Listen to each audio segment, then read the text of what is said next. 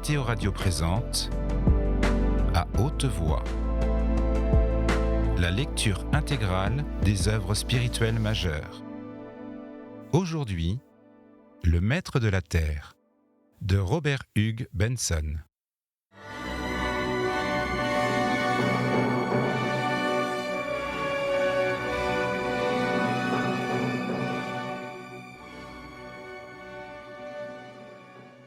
Monsieur Marc nous a dit aussi que cet homme admirable possède la connaissance la plus surprenante, non seulement de la nature humaine, mais de tout ce qu'il y a dans cette nature de proprement divin.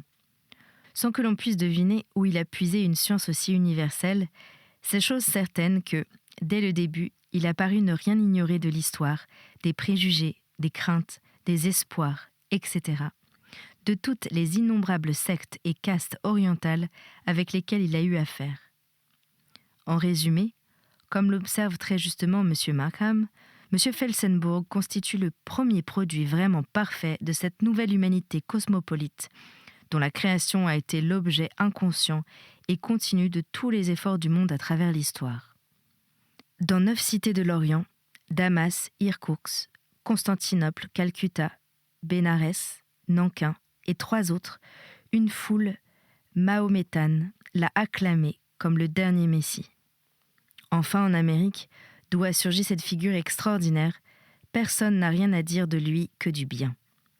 Il ne s'est rendu coupable d'aucun de ces actes de presse jaune, de corruption, d'improbité commerciale ou politique qui ont souillé le passé de tous les hommes d'État d'autrefois. M. Felsenburgh n'a même jamais formé un parti.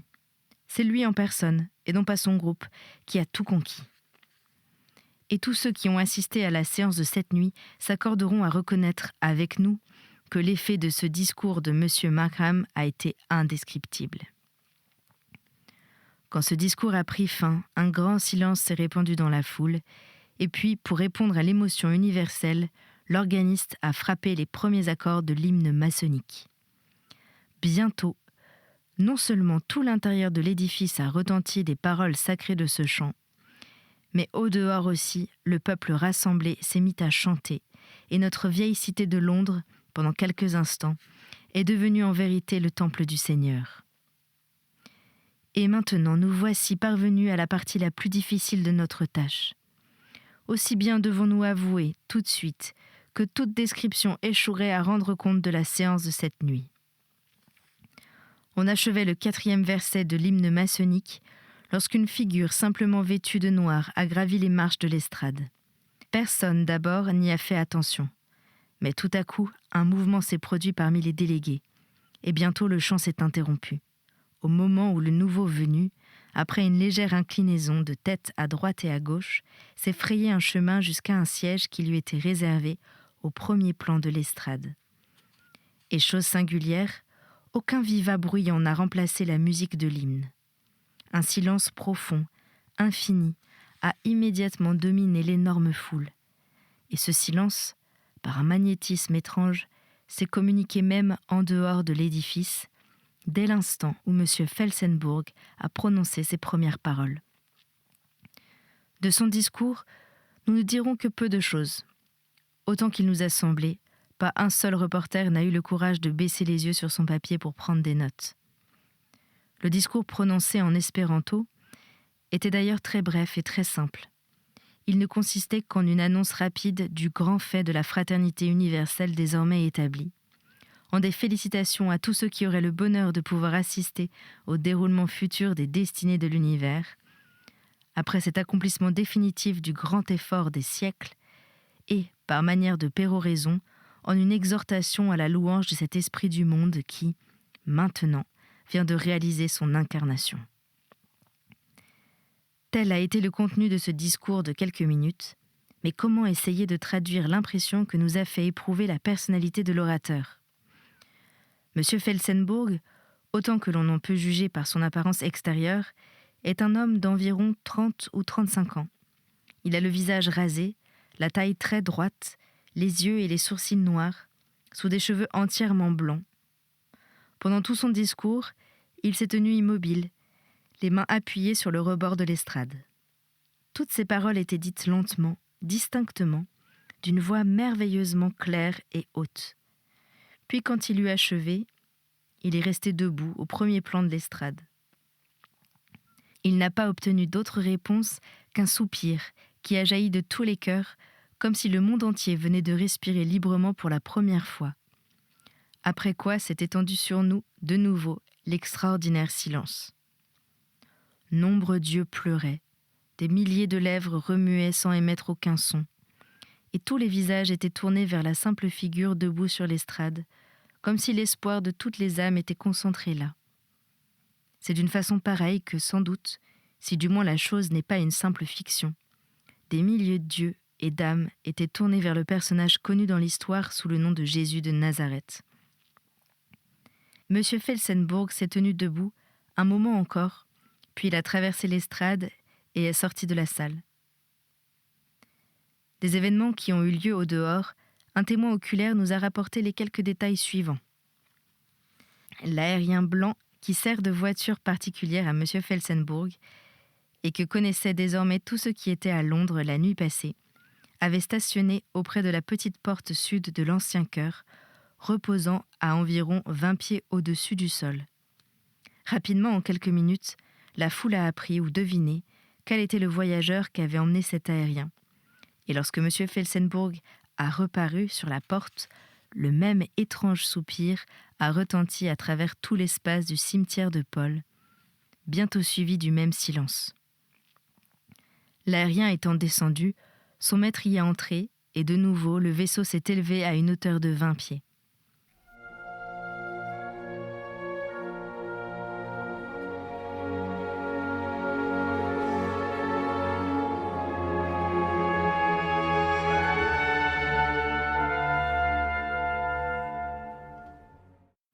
On s'est d'abord attendu à un discours, mais vraiment aucun discours n'était nécessaire, et après une pause de quelques secondes, l'aérien a commencé cette promenade merveilleuse à travers la ville, que celle-ci certainement n'oubliera jamais.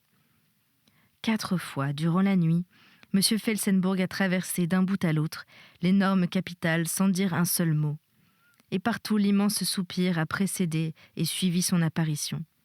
Partout l'extraordinaire silence a marqué l'instant de son passage. 2 heures après le lever du soleil, le vaisseau blanc s'est rapidement élancé vers le nord et a disparu. Et depuis lors, personne n'a plus revu celui que nous pouvons appeler en toute vérité le Sauveur du monde. Et maintenant, que nous reste-t-il à dire ? Tout commentaire est inutile. Nous devons ajouter simplement que cette ère nouvelle a commencé dès hier, à laquelle ont vainement aspiré les prophètes et les rois, et ceux qui ont souffert et ceux qui sont morts, ceux qui peinent et qui sont lourdement chargés.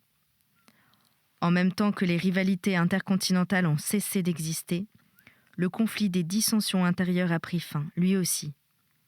Et quant à celui qui a été le héros de l'organisation de cette ère nouvelle, le temps seul nous montrera quelle tâche il lui est encore réservé d'accomplir.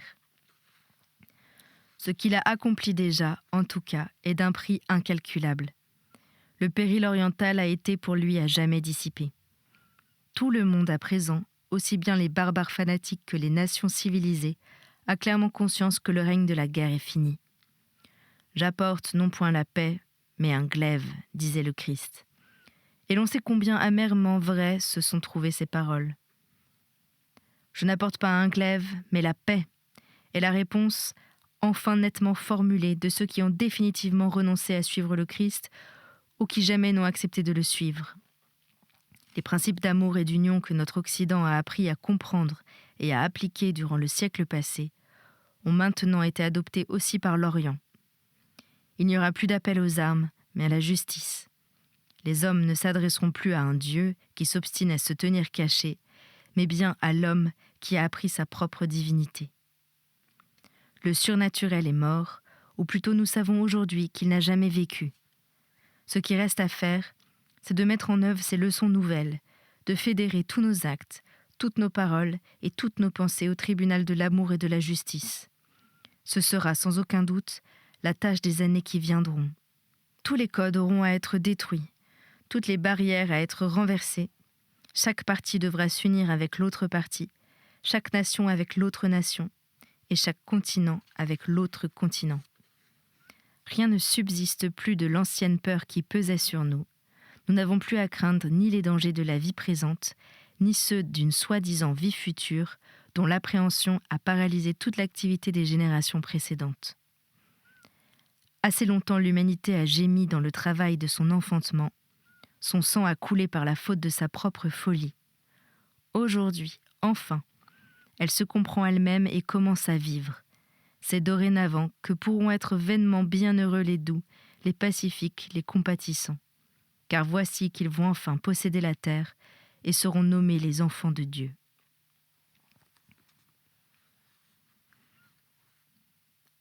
Ayant achevé de lire cet article, Olivier se retourna vers Mabel et la considéra tendrement.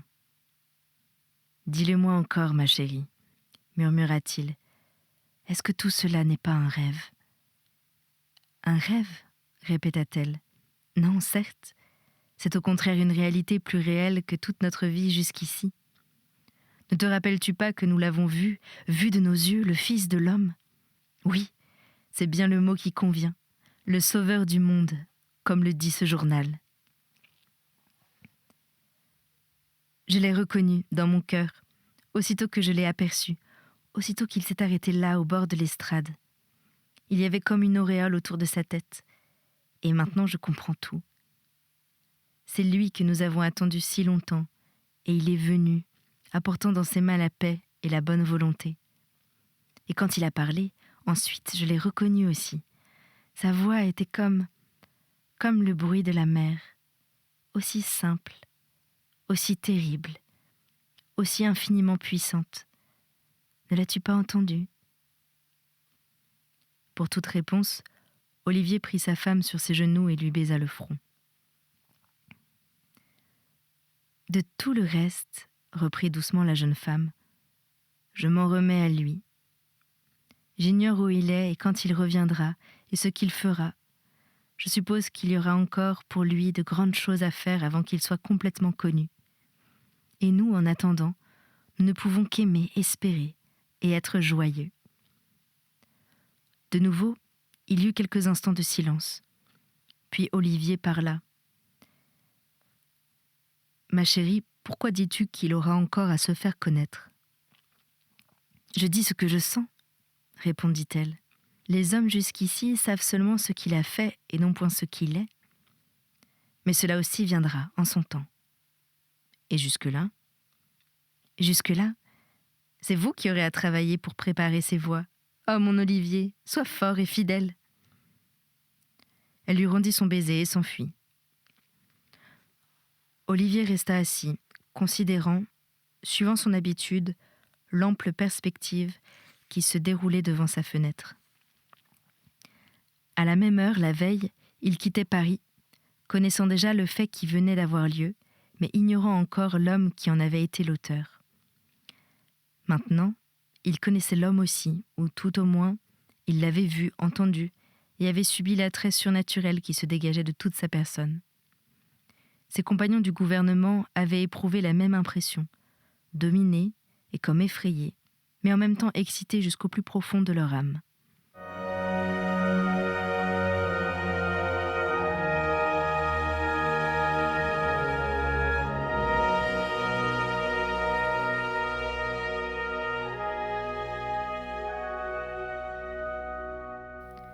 Olivier avait revu Felsenburgh, une fois encore, pendant qu'avec Mabel il rentrait chez lui. Le vaisseau blanc avait passé au-dessus d'eux, et de sa démarche glissante et résolue, portant celui qui, si jamais un homme avait eu droit à ce titre, était vraiment le sauveur du monde. Puis les deux jeunes gens étaient rentrés et avaient trouvé le prêtre. Et cela aussi avait été un choc étrange pour Olivier, car au premier abord, il lui avait semblé que ce prêtre était le même homme qu'il avait vu gravissant l'estrade 2 heures auparavant. C'était une ressemblance extraordinaire. Le même visage juvénile sous des cheveux blancs. Mabel, il est vrai, ne s'en était pas aperçue, car elle n'avait vu Felsenburgh qu'à une grande distance, et Olivier lui-même au reste s'était vite remis de cette première impression. Quant à sa mère, le jeune homme songeait avec effroi que, sans Mabel, la chambre de la pauvre femme aurait été la scène d'une catastrophe violente. Maintenant, tout était en paix, le présent et l'avenir se reliant merveilleusement. L'avenir. Olivier se rappela ce que Mabel lui avait dit des devoirs nouveaux qui allaient s'imposer aux membres du gouvernement.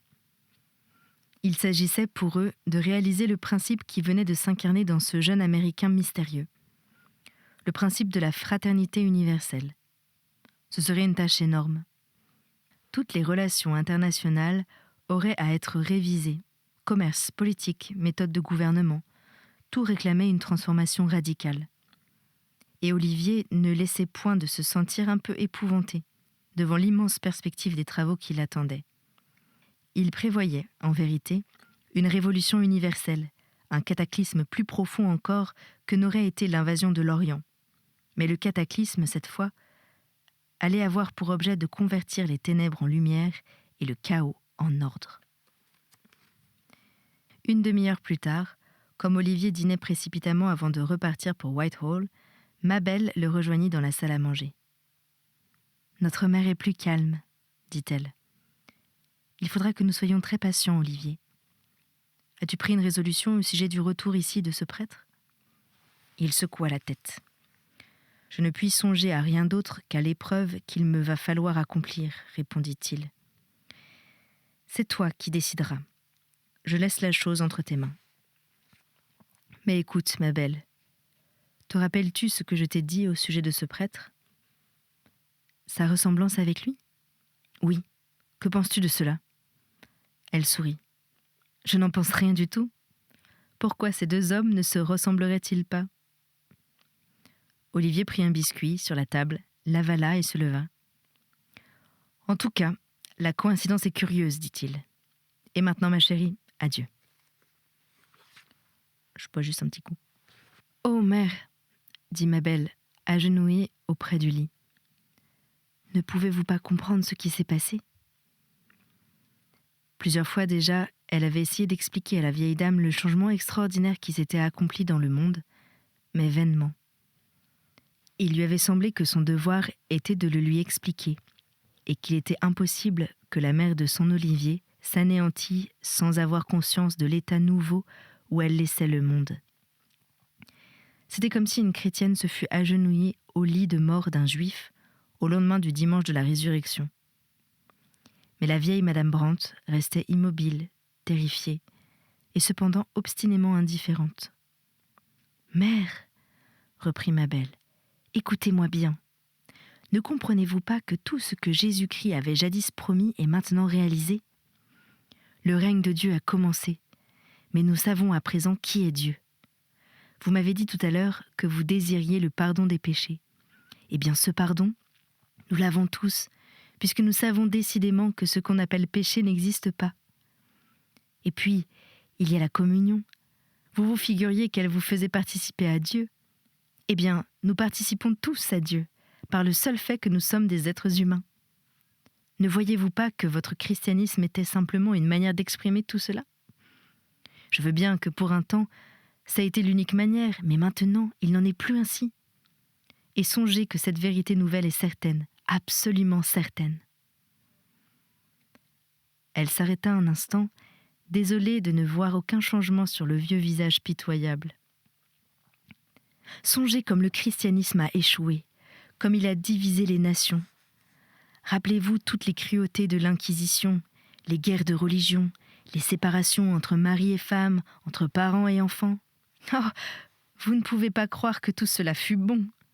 Quelle espèce de Dieu que celui qui aurait permis tout cela ? Ou bien encore l'enfer ? Comment avez-vous jamais pu croire à cette chose horrible ? Je vous en supplie, mère, rendez-vous compte que cette religion d'autrefois n'était rien qu'un odieux cauchemar. Pensez à ce qui est arrivé la nuit dernière, quand il est venu, lui dont vous avez si peur. Je vous ai dit comment il était, si calme et si fort, et comment 6 millions de personnes l'ont vu. Et pensez à ce qu'il a fait. Il a guéri toutes les vieilles plaies, il a assuré la paix à l'univers. Et maintenant, quelle vie merveilleuse va commencer ? Je vous en supplie, mère, consentez à abandonner ces affreux mensonges qui vous torturent. C'était À haute voix, une émission de KTO Radio. Aujourd'hui, Le Maître de la Terre, de Robert Hugues Benson. Lecture, Anne-Céline Pellarini. Captation et réalisation, Alexis Duménil et Thibaut Dagalier. Une émission disponible en podcast sur ktoradio.com et sur l'application KTO Radio.